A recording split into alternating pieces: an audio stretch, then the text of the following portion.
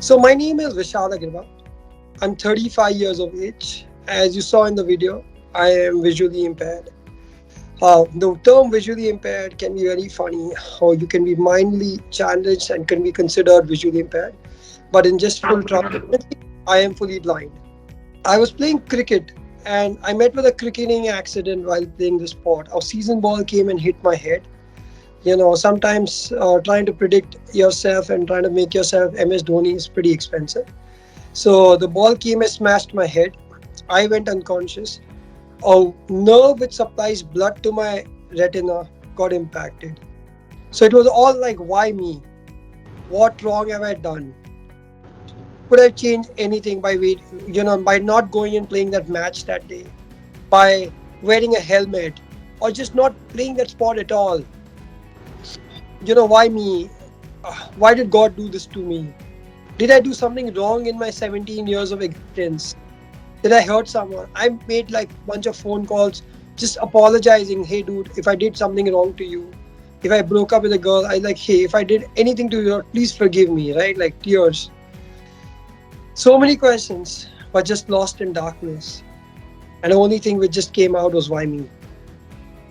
Those 4 years just flew by me crying every day, cursing my life, and thinking that it's better off to be dead.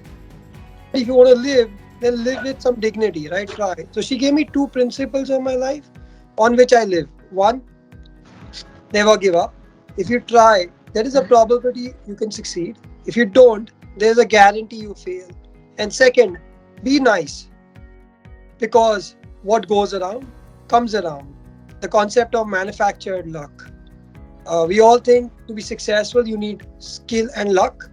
Skill can come by trying. Luck you can manufacture, because it's not about instant gratification. I can tell you today, after 13 years from that day, that it's you help someone today, maybe that guy may is mean to you, but life is a very fair place in a long term. The universe will come back and help you when you need it the most.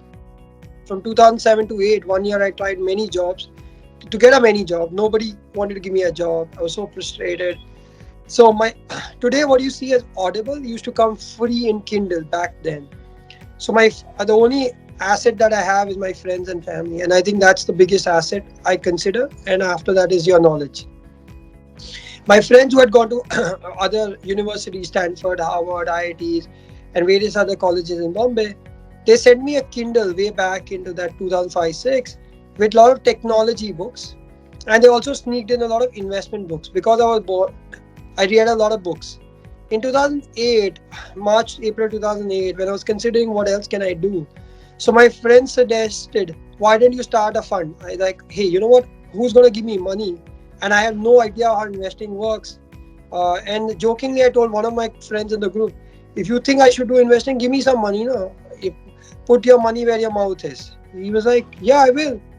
And so that's when I got started. I got something like 10 crore rupees from a bunch of friends and extended family. Had very little economics, but I did it for the next 3 years. I did tech, consumer, and financial. So that's what I do. I mean, I'm pretty dumb outside tech and consumer. That money went up 5x. Then in 2010, I decided to go to the street to raise more money. But my impairment didn't leave me. The stigma that people thought I was blind. If I was blind, that means I was dumb. I was dumb means I was incompetent, just remained. So I could not raise any money. So then the same friends came back and said, you know what? You need to go to an institutional setup to set up your fund someday to get a stamp. So I could have gone to Wharton, but they didn't offer me scholarship, so I had no money to go there. Then I had to decide between IIMS and JBIMS. JBIMS is 10 minutes walking from my house. And I knew that I'm a very realistic person. I'm rationally optimist. Life just makes you that. I knew that the probability of me getting a job on campus is probably just very low, right? Like almost zero.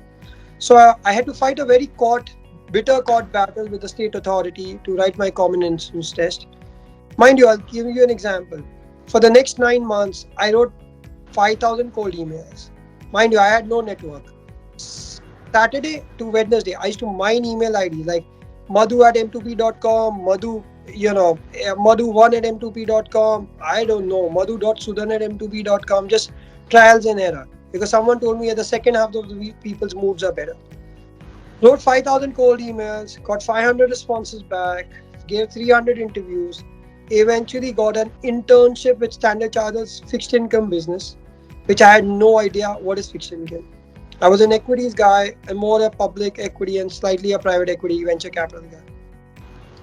I was interviewing with the private equity folks. They pushed me to the fixed income because they had no opportunity. I did that for 6 months, converted into a full-time role, finished that, did that for 2.5 years, and then realized this is what I can't do.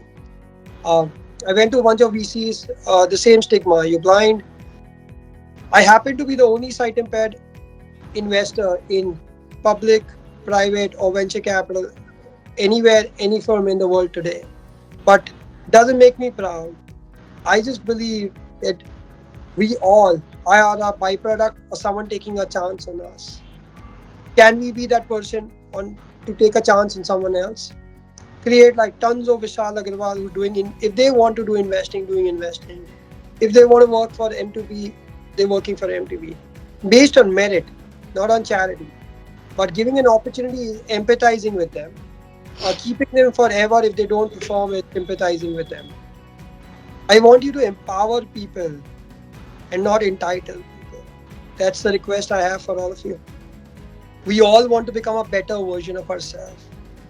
I don't think I can get better 100% of every day, but I think I can try and become slight better to myself every day. That's all I try and do to achieve myself. I want to become a better version of myself, make things work, make things better, and help people back.